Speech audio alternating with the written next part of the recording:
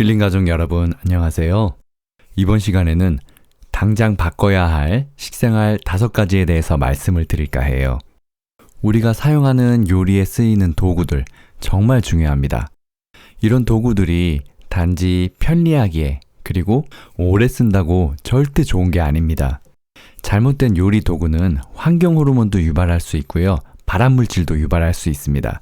그러니까 앞으로 이런 요리 도구를 유의해서 사용하시기 바랍니다. 자, 요리에 가장 많이 쓰이는 게 뭐가 있을까요? 프라이팬 있죠. 이 프라이팬, 코팅이 벗겨진 프라이팬을 사용하는 것 절대 안 됩니다. 대부분의 프라이팬은 대부분 코팅이 되어 있어서 요리도 쉽게 할 수 있으며 요리 후에 설거지도 편하게 할 수 있어 아주 인기가 많습니다. 이 코팅된 프라이팬은 테프론의 원료인 퍼플로로옥타노 엑시드를 사용하여 만들어지는데 이러한 코팅된 프라이팬을 오래 사용하거나 날카로운 것으로 긁혀서 코팅이 벗겨지면 발암물질이 검출될 수 있습니다. 따라서 오래 사용하거나 코팅이 벗겨진 프라이팬은 가능한 한 빠르게 교체해버리는 게 좋습니다. 이 프라이팬의 코팅제, 이름이 어려웠죠? 테프론의 원료인 퍼플로로옥타노 엑시드라는 건데 줄여서 우리 그냥 테프론이라고 할게요. 이 프라이팬에는 테프론이란 불소 수지로 코팅이 되어 있는데 원래 이것은 우주선의 방수제로 만들려고 했던 것으로 내열성과 내부식성 및 내마찰성을 지닌 물질이라 프라이팬에 사용되었던 것이라고 합니다. 이런 테프론 코팅 프라이팬은 알루미늄 계열의 합금을 이용한 것이라고 해요. 그래서 코팅이 벗겨지는 동안 섭취하면 테프론과 알루미늄을 섭취하게 된다는 거죠. 이 알루미늄은 과다 노출 시 구토, 설사, 메스꺼움 등을 유발할 수 있고 또 치매 발생 원인 중 하나로 지목되고 있습니다.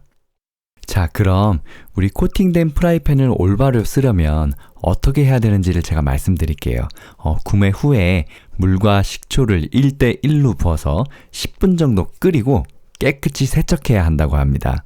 그 다음에 이 프라이팬을 다시 기름 코팅으로 길들여주면 오랫동안 사용할 수 있고 금속 성분이 나오는 것도 줄일 수 있다고 해요. 이 세척한 팬을 달군 뒤 식용유를 10개 바르면서 3-4번 정도 반복을 가열하는 식이래요. 자, 그리고 음식 조리나 세척, 보관 과정에서도 주의가 필요합니다.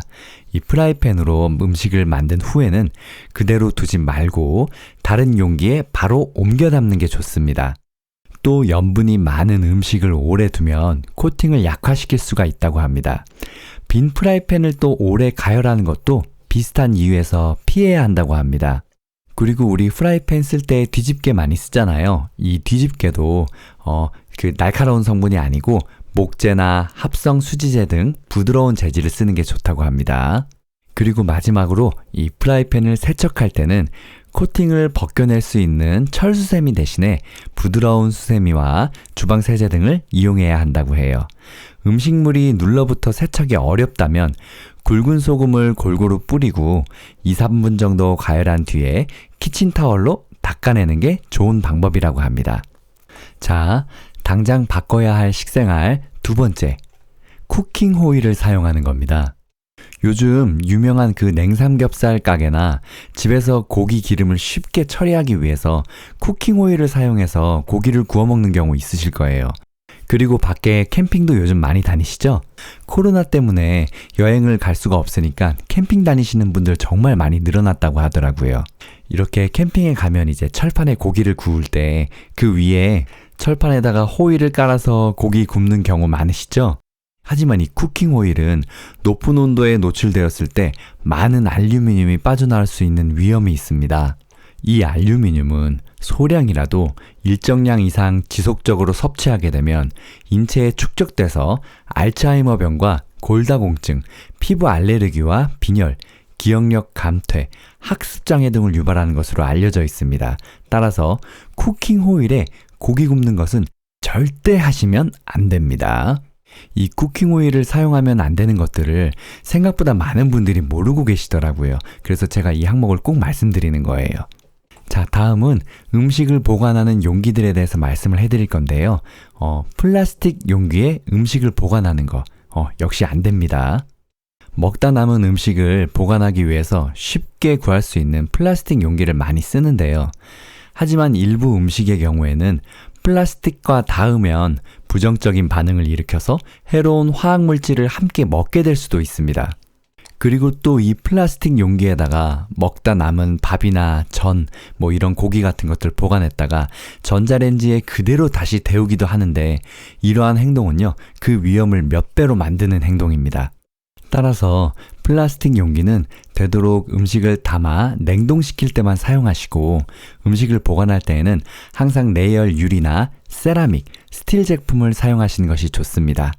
우리 반찬통 보면 유리로 돼 있는 것들 많잖아요. 바로 이 환경 호르몬 때문입니다. 그리고 여러분, 우리 길에 다니면 요즘은 휴대폰 매장보다 커피 매장이 더 많아요. 그죠? 그런데 이 커피 핫으로 마실 때 여러분 이 커피 뚜껑, 우리 주둥이 조그맣게 열어서 먹는 그 동그란 뚜껑 있잖아요. 그거 플라스틱으로 돼 있어요. 이렇게 되면 역시 이것도 환경 호르몬을 마시는 거예요. 잘들 생각 못 하셨죠? 일회용 플라스틱 이제 쓰레기도 줄이고, 환경 호르몬도 줄이고, 요즘은 그래서 이 보온병이나 이거를 이제 유리병 같은데 이제 담아서 가는 커피숍에서도 그런 서비스를 많이 한다고 합니다. 그러니까 겨울에 뜨거운 커피 같은 음료, 차 같은 거 이제 마실 때 위에 플라스틱 뚜껑이요, 웬만하면 떼고 드시고요. 굳이 못하게 담아서 와야 된다 그러면 그걸 담아서 어디 유리컵이나 그런 컵들에 이제 담아서 꼭 드세요. 당장 바꿔야 할 식생활 네 번째는요, 양은 냄비 사용이에요. 우리 양은 냄비 아시죠? 라면이나 김치찌개 등 가정에서 집에서뿐만 아니라 유명한 맛집들도 양은 냄비에 뜨겁고 이제 염분이 있는 음식을 내오는 경우가 많이 있어요. 하지만 양은 냄비는 아연과 니켈 등을 섞어서 만든 합금으로 염분과 산도가 높은 음식들을 양은 냄비에 지속적으로 조리할 경우에는 빈혈 증세, 어지럼증과 함께 심하면 뇌 신경계통에 장애를 줄 수도 있다고 합니다. 특히 영유아의 이유식 조리는 무조건 피해야 합니다. 그리고 여러분, 이 양은 냄비는요, 사실 용어가 잘못됐어요. 양은은요, 우리 90년대 어른들 많이 쓰시는 금색으로 된 안경테 있죠. 고급 안경테 소재예요. 그러니까 금속이죠. 그래서 이것은요, 양은 냄비가 아니에요.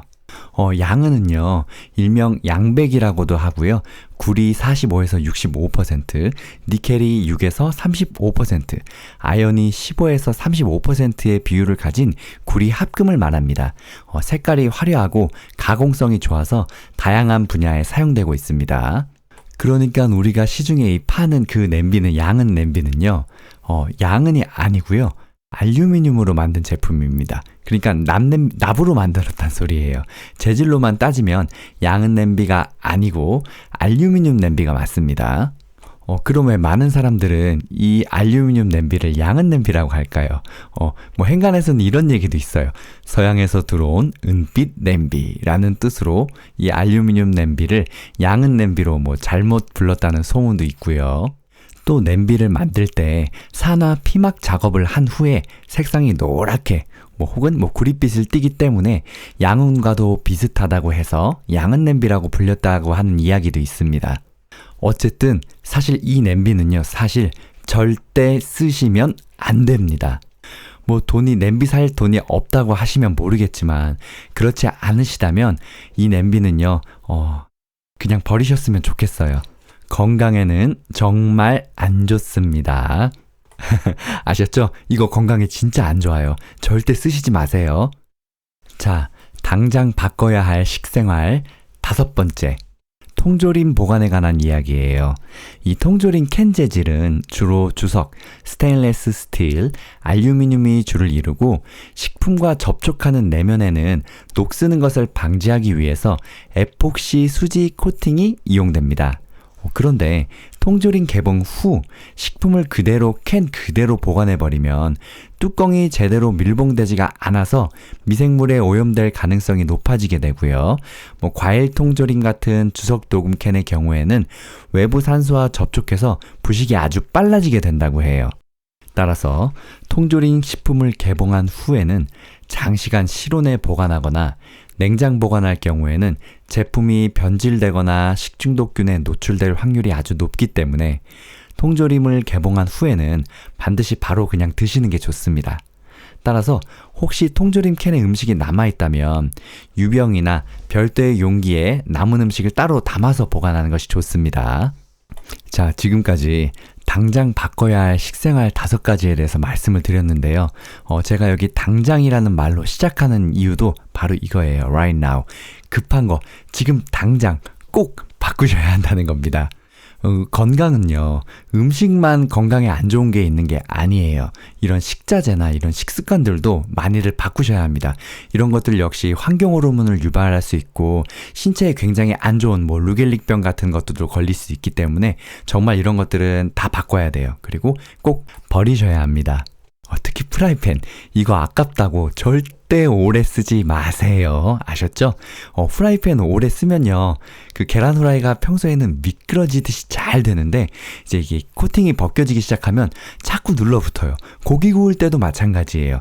고기가 아주 노릇노릇하게 그냥 이렇게 딱 이게 먹질만 해도요, 고기가 그냥 찰싹 뒤집혀야 되는데 이제 아래 코팅들이 좀 벗겨지면 이게 들러붙어갖고 잘 뒤집어지지도 않습니다. 프라이팬이 코팅이 벗겨지는 거를 저는 그렇게 구별하거든요. 아시겠죠, 여러분? 우리 힐링 가족의 건강한 식생활을 오늘도 응원하겠습니다. 여러분들도 이런 작은 것들 하나하나마저 바꾸면서 시작한다면 정말 더 건강하게 오래오래 사실 수 있을 거예요. 아셨죠? 꼭 그렇게 하세요. 힐링 가족 여러분, 오늘 하루도 감사합니다. 사랑합니다.